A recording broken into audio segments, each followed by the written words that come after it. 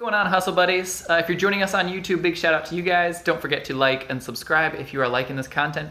And if you are on Facebook, thanks for watching. Thanks for being part of our awesome community and making it what it is today. All right, so I wanted to do a really short video about, it's sort of a how-to, but also just showing you just how much time this actually saves me using a Rollo thermal printer with Inventory Lab. All right, so these are two tools that we recommend to a lot of people.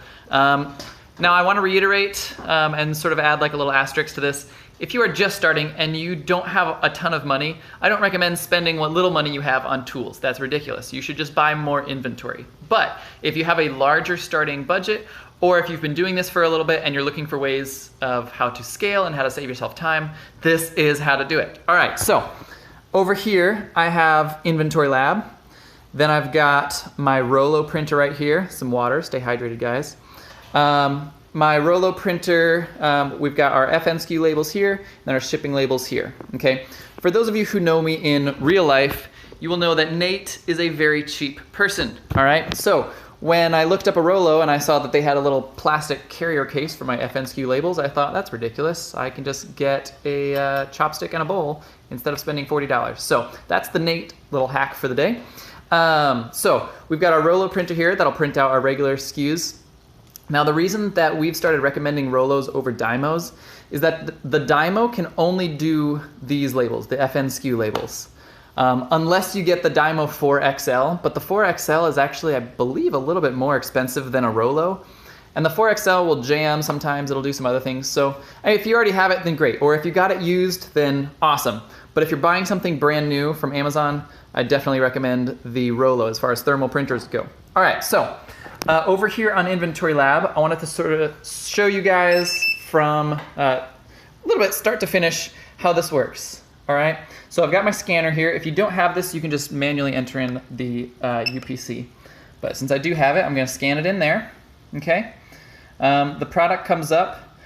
All of like the top stuff on this page, you can pretty much just ignore. Really, the only stuff that I am changing every time that I go in here is the quantity, my cost per unit, when I purchased it, if it has an expiration date, so let's say this expires 08 of 08 of 88, all right, you can add that in there, and then where I got it from. So this is who bought it, I bought it, and this is a return that actually came from our death pile in our garage that I've been meaning to go through for a while. All right, so, and then over here, I'm just gonna match the lowest FBA price, whoops, oh, my expiration date, hang on. Let's change this to 2088. All right, so I'm just gonna match the lowest price right there, boom, boom, boom, add to batch. This is where the magic happens, all right? Boom, there's my one label. This is all that I need, okay? So let me try to do this with one hand. All right, so I take my label.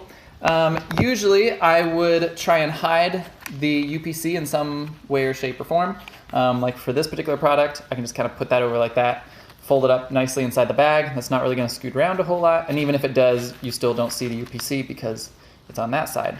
Now, if you're trying to cover up something, or if like there's some imperfections or something on the label or something like that, a nice trick that you can do is just take this label and put it right over top of that one. And then, all right, here's another fantastic thing about Inventory Lab. You just go to these three little dots over here and print another label. All right, so now we'll have that one for the barcode.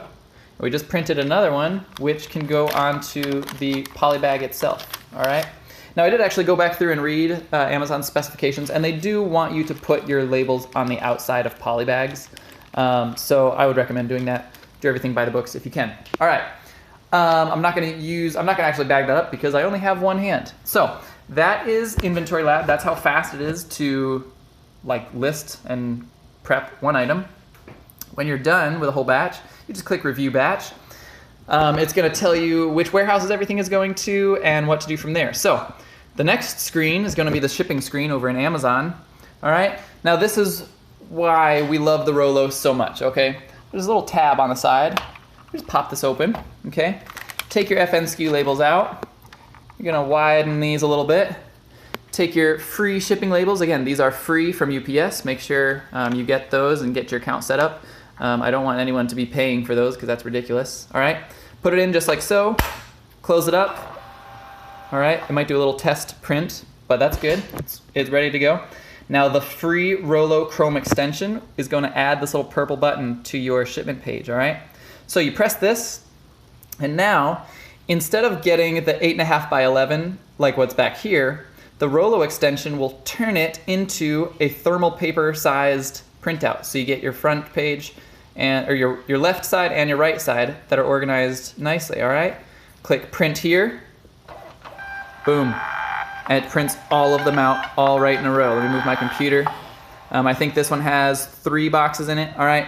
So it prints everything out nice in a row. If it does mess up, or sometimes things will kind of wiggle around a little bit, usually you just press the red button and it'll fix itself, just like that. Yep, fix itself, all right?